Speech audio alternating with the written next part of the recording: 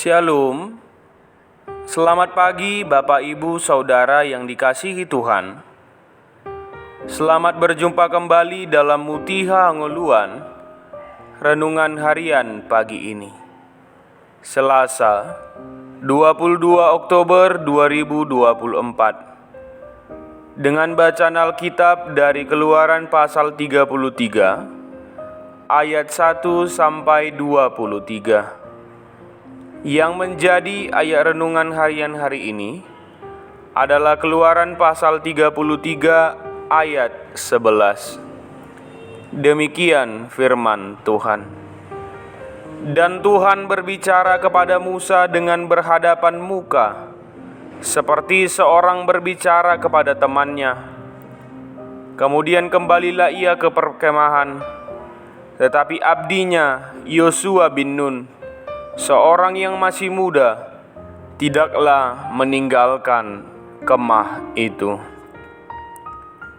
Teruslah mencari Tuhan. Saudara-saudariku, dalam perjalanan hidup kita, tidak jarang kita mendapati diri kita berada dalam situasi di mana tindakan kita mengecewakan Tuhan. Kita mungkin telah jatuh ke dalam dosa, mengambil keputusan yang salah, atau mengabaikan panggilannya.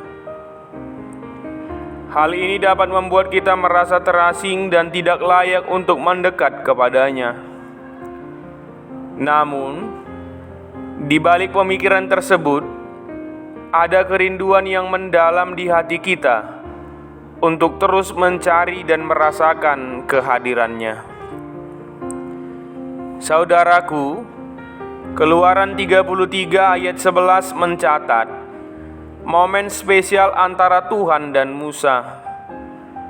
Tuhan berbicara baik kepada Musa sebagai sahabat.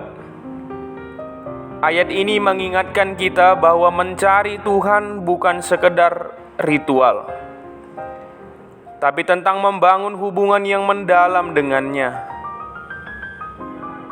Jika kita melihat kembali dosa bangsa Israel dengan menyembah anak lembu emas, ada suatu masa ketika Musa berdoa dan memohon agar Tuhan menyertai mereka. Setelah peristiwa anak lembu emas, Musa membuka kemah pertemuan di luar perkemahan bangsa Israel, agar semua orang yang mencari Tuhan dapat datang ke kemah tersebut. Melalui hubungan dekat dengan mereka, ini merupakan pengingat bahwa kasih dan pengampunan Tuhan selalu tersedia bagi mereka yang mencari Dia dengan setia. Tuhan berbicara di kemah pertemuan dan mengungkapkan janji penyertaan kepada Musa dengan berhadapan muka seperti seorang yang berbicara kepada temannya.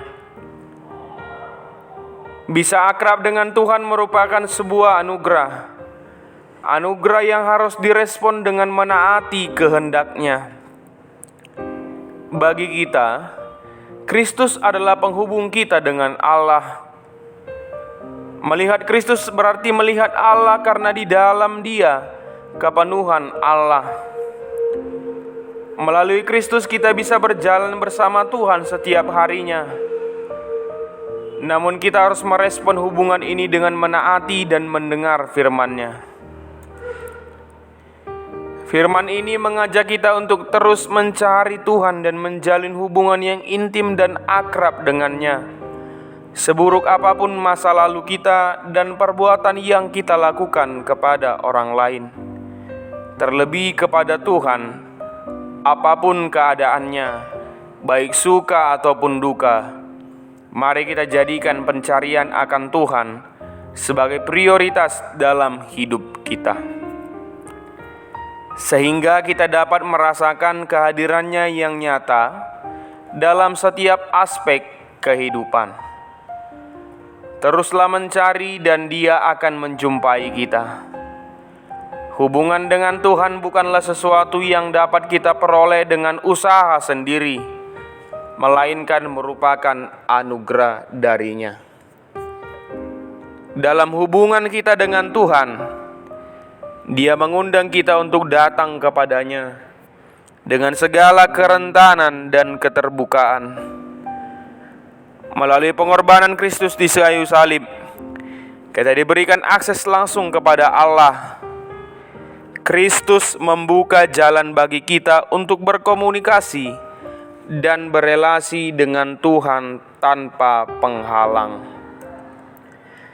Pencarian akan Tuhan adalah sebuah perjalanan yang tidak akan sia-sia, yang akan membawamu lebih mengenal dirinya dan rencananya atasmu. Kita berdoa. Ya Tuhan, ajari dan bantu kami untuk selalu mencari-Mu dalam setiap langkah kehidupan kami. Ketika kami merasa jauh, ingatkan kami bahwa Engkau selalu dekat. Amin. Renungan harian hari ini ditulis oleh calon pendeta Windy Christina Siagian STH. Demikianlah renungan harian hari ini. Selamat beraktivitas, Tuhan Yesus memberkati. Shalom.